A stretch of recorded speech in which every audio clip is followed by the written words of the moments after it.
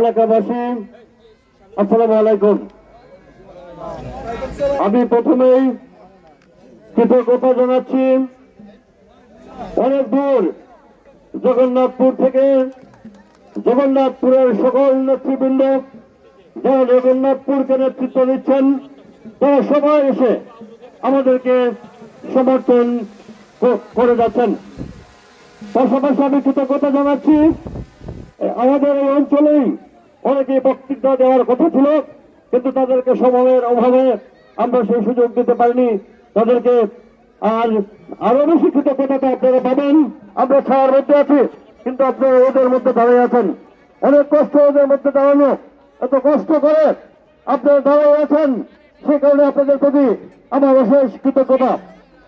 আর আমি সত্যি একটা কথা বলে শেষ করছি, আমি আপনাদের সন্তান, মনে রাখবেন আমি শান্তিগঞ্জের সন্তান। এই মাটিতেই আমার জন্ম হয়েছে, উদানিগাঁও গ্রামে। আমার মৃত্যু কোথায় হবে আমি জানি না, কিন্তু আমার দাফন হবে এই গ্রামে। যদি আপনারা সবাই আমার আত্মার সাথে সম্পর্কিত, আপনারা সবাই আমার মায়ের মহত্বের মানুষ। আমার দাদা বাবা সবাই এখানে জন্মগ্রহণ করেছিল, এখানেই তাদের মৃত্যু হয়েছে, এখানে তাদের দাফন হয়েছে। তাদের আপনাদের রাত যেখানে মৃত্যু হোক না কেন, যদি এখানে কারো দাফন হয়, সেই দাফনে আপনারা আমাকে আপনাদের জানাজায় শরীক পাবেন, ইনশাল্লাহ আমি কথা দিচ্ছি। আপনাদের সুখের সাথে আপনারা আমাকে পাবেন, আপনাদের দুঃখের সাথে আপনারা আমাকে পাবেন, আপনাদের সন্তানের হাসির সাথে পাবেন, আপনাদের সন্তানের কান্নার সাথে আপনারা আমাকে পাবেন। আমি যদি বেঁচে থাকি, কথা দিচ্ছি, আমি নির্বাচিত হই অথবা না হই, আপনারা যদি আমাকে স্মরণ করেন আপনাদের দুঃখের দিনে, আপনাদের সন্তানের কান্নার দিনে, আপনাদের সন্তানের বিয়ের দিনে, আপনাদের সন্তানের পড়াশোনার দিনে, সেদিন আমাকে পাবেন, আমি কথা দিচ্ছি।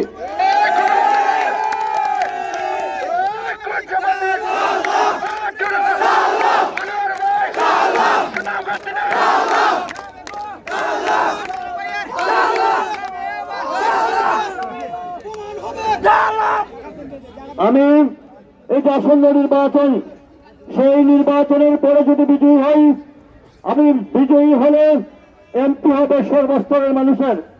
আমি এমপি হব ধর্ম বর্ণ নির্বিশেষে সকল মানুষের। আমি এমপি হব দল মত নির্বিশেষে সকলের। আমি এমপি হব শান্তিগত জগন্নাথপুর 2 উপজেলার। কাজে আমি এমপি হলে আপনারা যে কেউ যখন যাবেন তখনই আমার সাথে আপনাদের সমস্যা নিয়ে একা এসে কথা বলতে পারবেন। আমার কাছে আসার জন্য কাউকে ধরে আসতে হবে না, শুধু আপনাদের পরিচয় হবে আপনারা জগন্নাথপুর শান্তিগঞ্জের কোন এক গ্রামের একজন মানুষ, সাধারণ মানুষ। সেই পরিচয় আমার কাছে যথেষ্ট হবে। সেই পরিচয় দিয়ে আসলে আমার অফিস আপনারা আজকে দেখেছেন, সেই অফিসে যখন যাবেন তখন আসবেন, আমার কোনো আপত্তি থাকবে না, কোনো ডান হাত বাম হাত আমার থাকবে না। আপনাদের জন্য আমি নিবেদিত হয়ে এসছি। আমার অনেক সমৃদ্ধ জীবন ছিল, একটা উন্নত জীবন ছিল, এখনো আছে,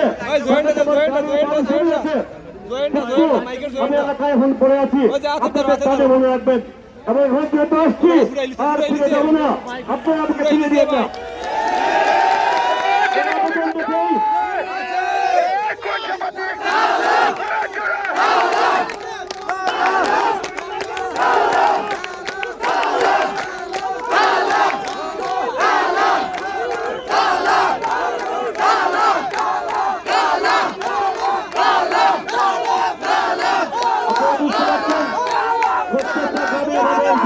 শুরু হয়ে গেছে, এই গণজোয়ার কেউ আজকে রাখতে পারবে না।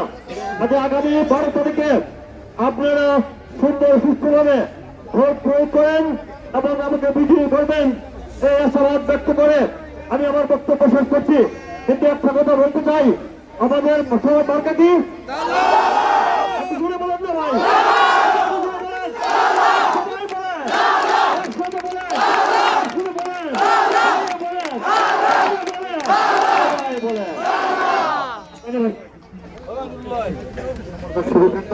এখন সবার